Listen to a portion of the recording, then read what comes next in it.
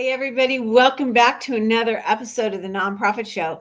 I'm super excited to have you with us, but even more excited to have our guest, Alan Harrison, on. Alan, I was telling this to you in the green room. I think that your two books are like some of the top books I've read this year, and I get sent a lot of books, okay?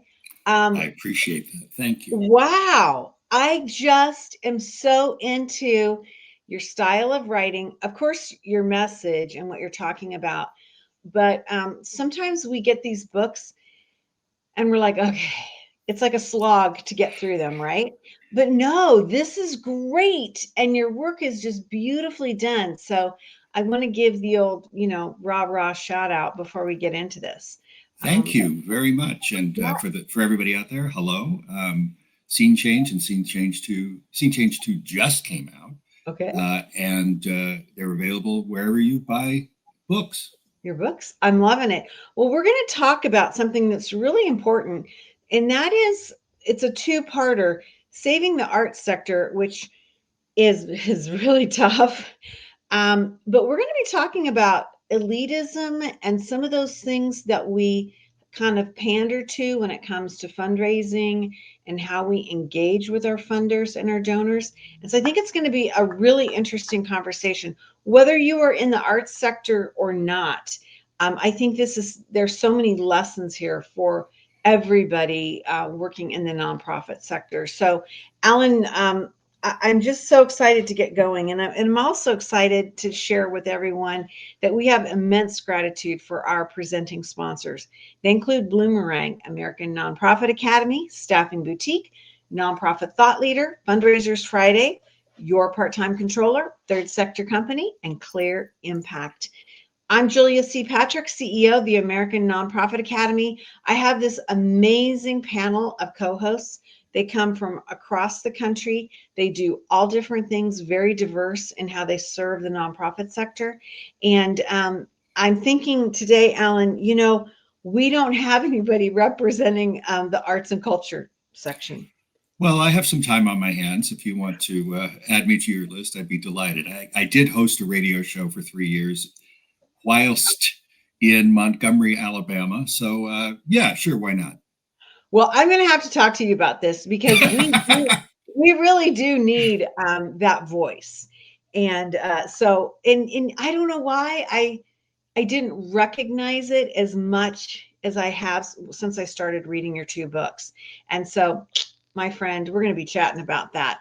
But anyway, Alan Harrison, what is FRSA as a designation?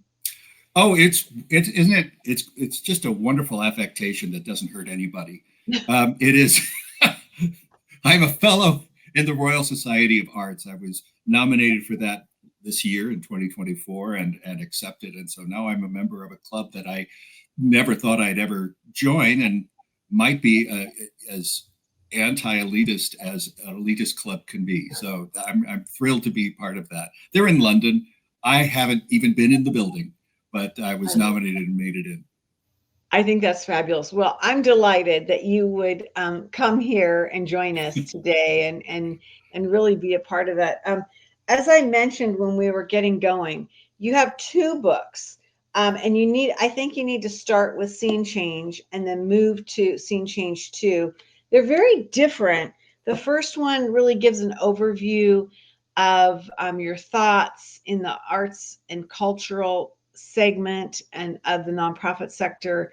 And then Scene Change 2 goes really towards board service and board leadership. And they work beautifully together, but they're pretty specific in terms of how the reader can engage with them. So I've got to jump in and just, I've got so many questions, but the first question that is pretty powerful is elitism, or how does elitism kill a nonprofit arts organization? Or maybe I should say the sector. It is about the whole sector is like now, not the whole sector. When I talk about in general terms, I'm usually talking about the largest arts organizations, the ones who tend to like to use the word venerable or flagship or some of these awful words that they've chosen, which means we're boring as hell. But it really, what it means is only in the arts, it's the only part of the nonprofit sector, of all of the nonprofit sector, where the donor is the beneficiary. Yeah. Donors donate so that donors may attend. And yes, there are other reasons, but that's honestly why people are being asked to donate. We'll give you tickets. We'll give you a room. There's a company in Detroit I worked with where they gave this couple a room in a public building, by the way, a room where whenever they went to an event, they got to close the doors behind them and have their own little private room. And then there was an armed guard at the door. So it couldn't have been a worse look for a nonprofit arts organization, one that's actually owned by the people of Michigan, not by the board members themselves. So the thing that's killing is that this is all happening because arts organizations don't act as charities. And the public has finally noticed in a big way. They were already kind of noticing, because if you've seen for the last 15 years, it's been year over year over year, funding levels have gone down. The pandemic kind of boosted funding levels, but those were pandemic grants and gifts and whatever. Those are gone now. And now we're really seeing the nadir of it. Or maybe we haven't seen the nadir and it's coming. But there are a number of arts organizations that are closing. And the reason they're closing is that they really don't follow what an arts nonprofit, what an arts charity is.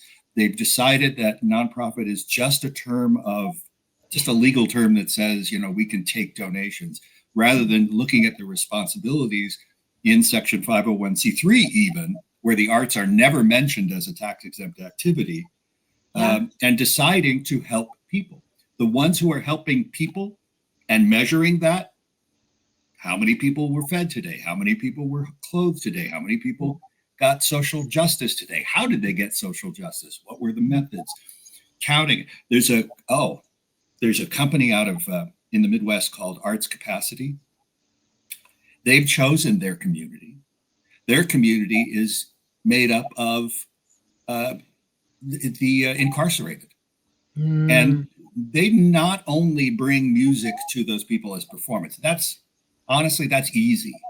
But they do that, and then they work with them and use the music as an anxiety and anger deregulator. And then they get the feedback from the prisoners themselves, and they have stacks of data that show that what they're doing is improving. Their rate of recidivism is 1/8 of what the actual of what the control group is. So those are the kinds of things that arts organizations are supposed to be doing. Yeah. Instead, they're doing this art for art's sake. The Yiddish word came to mind, chazarai, which means junk, and it is not helpful to the community. So the first thing you do when you start a nonprofit of any kind is what? You look what the problem is. You don't just sort of start a nonprofit and say, "Oh, I'll figure out what the problem is later." There's something that you're actually responding to. But in the arts, people start nonprofits to just I want to do art. Now it's totally, I'm not saying that it isn't. It's totally legit to have an arts organization that just presents art. The problem is that was a court decision, not the IRS's decision. It was a court decision, and it didn't mean that the nonprofit arts organization was actually worthy of a plug nickel. But it said, yes, you can have that piece of paper that says you're a nonprofit. But if you're not serving the community, you're not essential. Well, I thought that was fascinating. It gets into that right in the very beginning of the book about, that 501c3 status, and you clearly lay it out. That is not a given that the federal government is going to recognize arts organizations along with the other 9 major subsets of the nonprofit world. And so I think that's really telling in so many ways of how we look at the arts and how we fund them. And again, I was reminded from that start of your book and the conversation about just how elitist this is, and the whole concept of subscriptions, how we sell tickets, but then we call them subscriptions and what that means. And we don't really talk about tickets with our donors. We give them the benefits of access that is much different than the regular arts patron. And I would say that the issue there is that all of those benefits, even the ones that don't seem like they're hurting anybody, dinner with the director, access to the executive director, access to other board members, whatever it is, inside access, is it's not usury, but it's close. Mm-hmm. And it is the kind of thing that a lot of development departments in arts organizations, and as I've seen, it's actually bled into other parts of the nonprofit world, are using because they think they have no other tool in the box. We'll just give them stuff, and then they'll be happy when we give them stuff.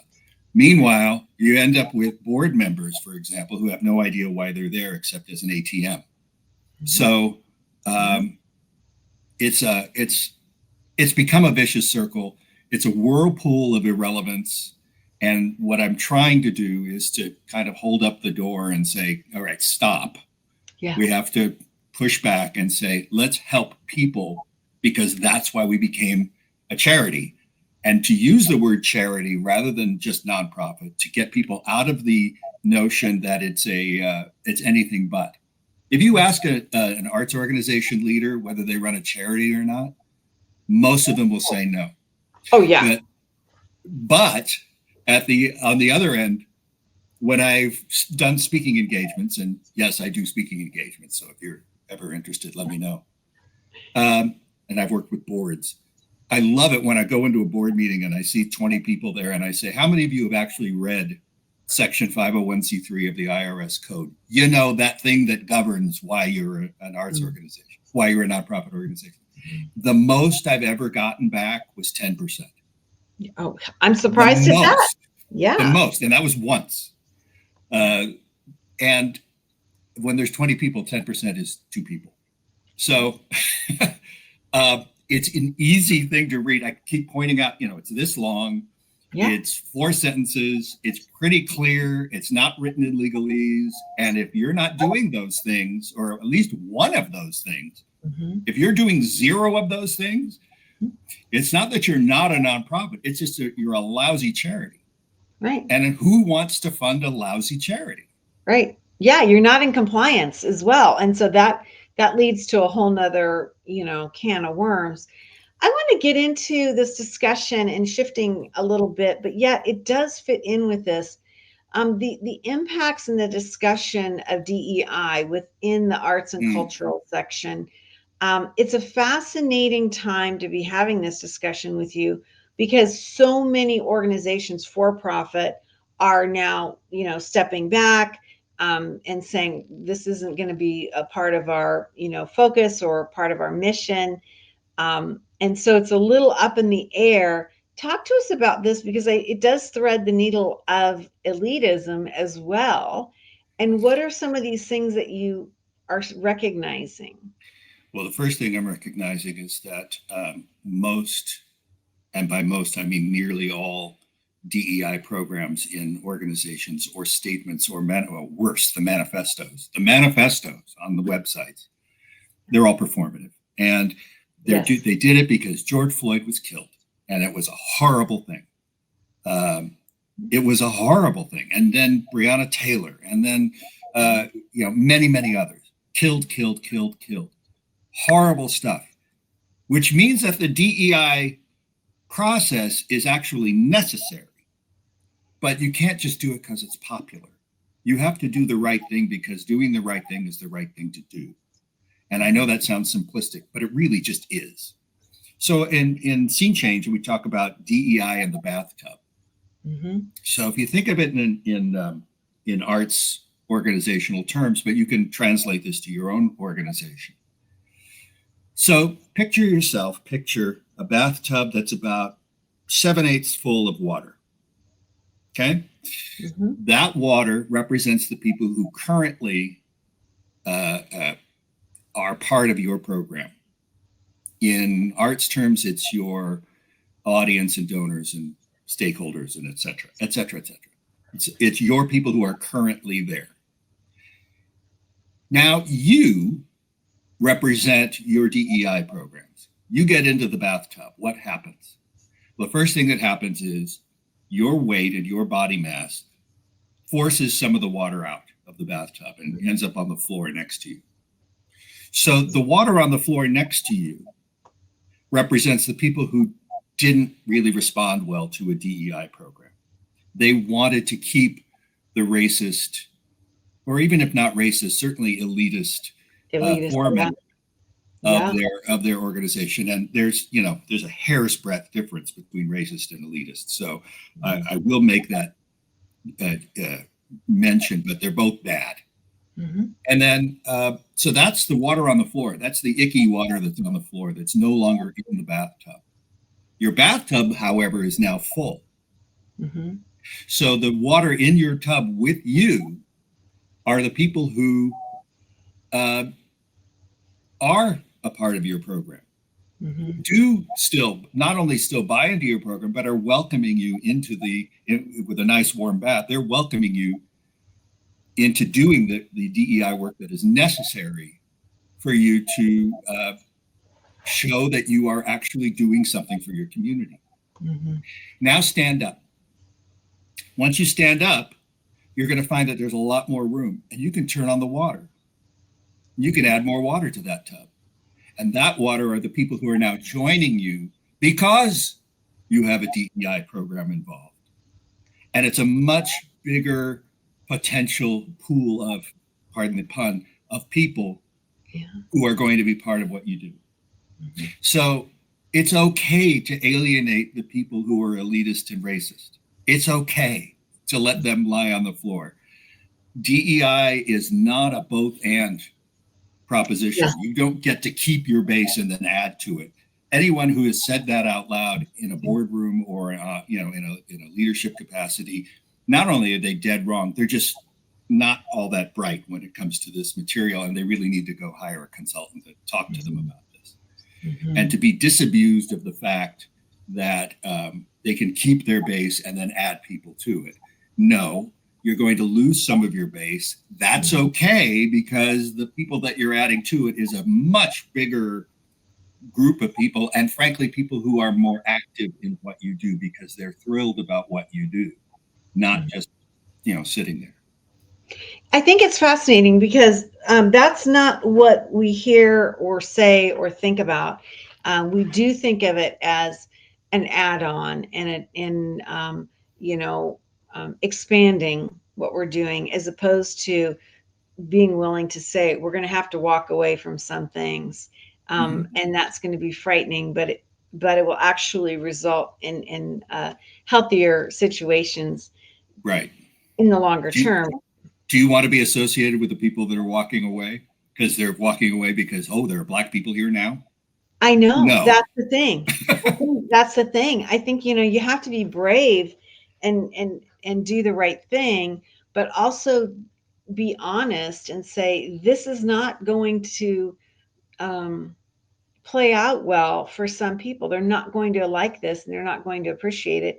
And you might be demonized for standing up and saying that this is a value proposition that we're going to support. And I think in the arts industry, arts and culture industry, I think that means that we need to embrace that in what performances that we're showing, what artists we're promoting, who we're bringing into our cultural institutions, because it hasn't been very diverse when you think about whose art we're showing, right?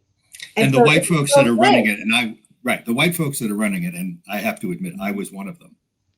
And in 30 years of being in the business, I saw my own, foibles happen, which is where these books come from. But no, we stumbled all over it. In the theater world, they created a thing called colorblind casting. Well, colorblind casting is offensive in a way to people of color, because now they think they've only gotten the role. They got a role, they got a job, which is great, but they think they've only got the role because they are not white, rather than being the most talented person available. So instead, we call it colorblind casting. And so we turn to the public and say, see, we're doing colorblind casting. We know it's not going to be as good as if they were all white people, but hey, here we're with it and in it, rather than just choosing work to start to get away from choosing work that is traditionally all white, and then this becomes an issue. I'll never forget, there was a production of Guys and Dolls in Alabama. It was before I got there. I was at the Alabama Shakespeare Festival for a few years. The year before I got there, and probably the reason the job became available. They did Guys and Dolls. So why is a Shakespeare Festival doing Guys and Dolls? Yeah. Go figure, who knows? So they did it because it was popular and they were trying to sell tickets. Yeah. Well, we can talk about that later. That selling tickets has nothing to do with your nonprofit status. It is not a metric. The amount of people that come to your shows is not a metric that you can use. Otherwise, the Yankees would be a nonprofit, and they'd be a more successful one because they draw 3 million people. Plus, they're on TV, and they, hundreds of millions more, as opposed to what you're doing in your nonprofit arts organization. So, anyway, for whatever reason they did it. They had a policy of colorblind casting. They called it that. And they worked their way down through a bunch of Sky Mastersons who kept turning down the role, didn't want to go to Montgomery, Alabama for the Christmas season. And finally, the sixth guy chosen happened to be Black. So he was quite good from what I hear. But there is a scene in which Sky Masterson kisses Sarah Brown. And Sarah Brown was played by a white woman in Montgomery, Alabama, in probably 1999, 2000. Wow. This is the year before they had a referendum about interracial marriage, which was already constitution. I mean, it had already been overruled constitutionally as being it's unconstitutional to deny a marriage between a Black person and a white person. But in 2000, they had a referendum to get it off of the Alabama Constitution. And it passed 51-49. So we're talking about a state where Black people and white people have been separated, and there's quite a bit of enmity between the two camps. So now you have a Black man kissing a white woman on stage. And they didn't tell anybody, and that was the problem. They just didn't tell anybody this was going to happen. They didn't recognize that they were in Montgomery, Alabama. They didn't have pictures of them. They didn't show. So what happens, the early audiences came not knowing anything. They saw a Black man kissing a white woman. Many of them were horrified, these racists, the white folks. They went back to church on Sunday, which is where all the discussion happens. And they just told people, oh, y'all don't want to see that because it's just not very good. So by the end of the run in this 800-seat theater, they were playing to 50 people, 60 people. It's Guys and Dolls, and they were playing to 50 people and 60 people with a full orchestra and all the expenses. So not recognizing your community and where you do business is one thing. And trying to hide it is where you're going to get in trouble. But all that said, if they had had a history of, and their history was Shakespeare. So if they had had a history of doing work that really spoke to Black people, white people, Asian people, Jewish people, Catholic people, Hindu, whatever, that would have been a different story, but they didn't. So it was a shock to the system. So what you're saying, I hear you saying, is that you need, as an arts and cultural organization, you need to be more upfront about this and bring the discussion along, as opposed to just presenting the work.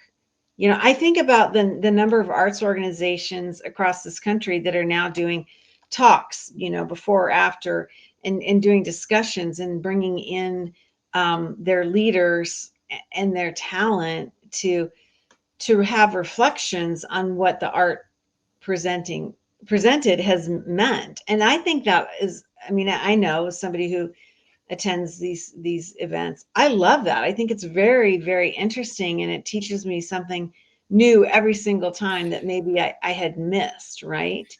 Right, but you're talking to the club. You're in the club. True. That's the true. thing. So if you're just talking to the club, it's not gonna go true. outside the club. It's not really helping anybody. The talks are nice, but I've always kind of hated them because they're so stultified. Just like Robert's Rules of Order, they're just stultifying. Okay, well, we don't have much time, but because I want to get onto that, and I do want to talk about this Robert's Rules of Order versus Harris. Oh, what a segue! And that goes into more book 2, right? Right. Because it's really more that governance issue. You give some great examples of the board member experience and what goes on. Talk to us about this piece. Robert's Rules of Order was developed by the military. Robert was a general. You probably know more than I do. I think he was a general. Maybe he was a colonel. He was in charge of communications. So he created this thing for the military. Can you think of an organization that is more hierarchical than the military? No, I'll answer it for you. It's very much the person in charge is the person who has all the power. And so it becomes the least innovative way to conduct a meeting. Yes, you'll have order, but no, nothing will ever get done. And you'll just make votes and you'll chat a little bit. And God knows if I attend another board meeting for another arts organization where they bring in a performance for 5 minutes, I might throw up right on the spot because the board members don't know that they're there for an arts organization. You got bigger problems than anything else. Board members, I did a study. It wasn't complete, but it was 600 people who are serving on boards of arts organizations. And honestly, my conclusion to the data was that they really don't know why they're there. Right. Sure. They, for the most part, they were asked 3 simple questions.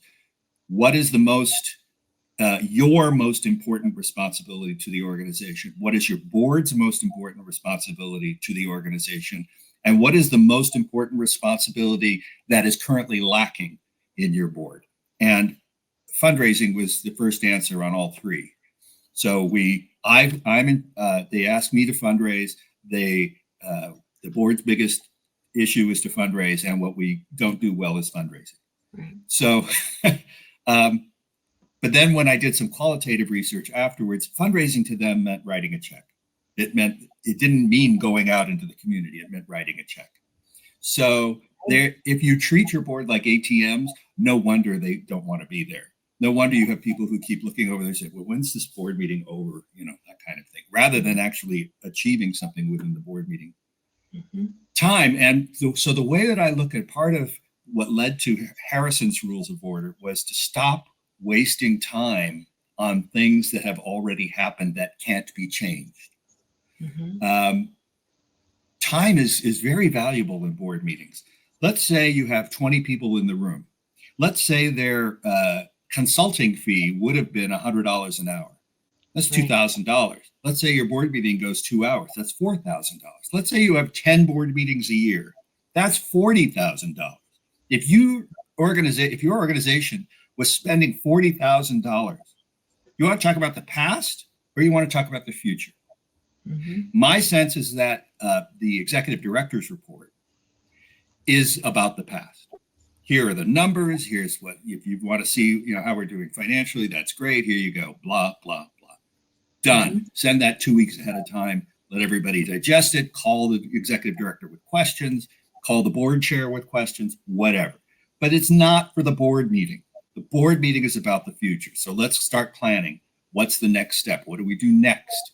If you do this, then you'll end up with 10 mini retreats. You might not even need an annual retreat. if you do that. I'm not against annual retreats. Lord knows I've made money facilitating them, but Yeah, no, but it's not totally necessary to achieve what you need to achieve as a board member. So if you're a board member and you don't know why you're there, there's a reason, because they really do think of you as an ATM. right. I think this has been an amazing conversation, and I know that it's something that has given me pause, and I will be thinking about this as I continue reading your books. Alan Harrison, it has been a joy to have you on. You can learn more about Alan on his website at 501c3.guru, Guru, and learn about his books. Scene Change 2 is a fabulous journey towards that board governance and board work, but start with Scene Change, the first book, because it really lays a foundation for what works, what doesn't, and how the leadership intersects with the donor in our communities. It's a fascinating read, and this is a time of change in arts and culture, and so these are the conversations. Tough they may be, but we need to have them. Alan, it's just been a delight to get to know you. Julia, thank you. I hope people do take this for what it's worth. The books are funny. They are well written. A tiny bit snarky, and but they actually show you what I've been doing for the last 30 years. So they weren't overnight successes. It was 30 years in the making. I think the subtitles for both books should tell you exactly what they are. So if you look over here, you'll see it's Scene Changes: Why Today's Nonprofit Arts Organizations Have to Stop Producing Art and Start Producing Impact. Mm-hmm. And Scene Change 2 is the 5 real responsibilities, real is in bold, of nonprofit arts boards. I love it. Well, really good information. Yeah, really, really good information. And before we let you go, I want to make sure that we express our gratitude as well to our amazing presenting sponsors. They include Bloomerang, American Nonprofit Academy, Staffing Boutique, Nonprofit Thought Leader, Fundraisers Friday, Your Part-Time Controller, Third Sector Company, and Clear Impact. These are the folks that join us day in and day out so we can have these amazing conversations like we've had with Alan Harrison today. Hey, everybody, as we end this episode of the Nonprofit Show, we leave with this message, and it's the same message every day, but it means different things each and every episode. And it goes like this: to stay well so you can do well. Thanks, everyone.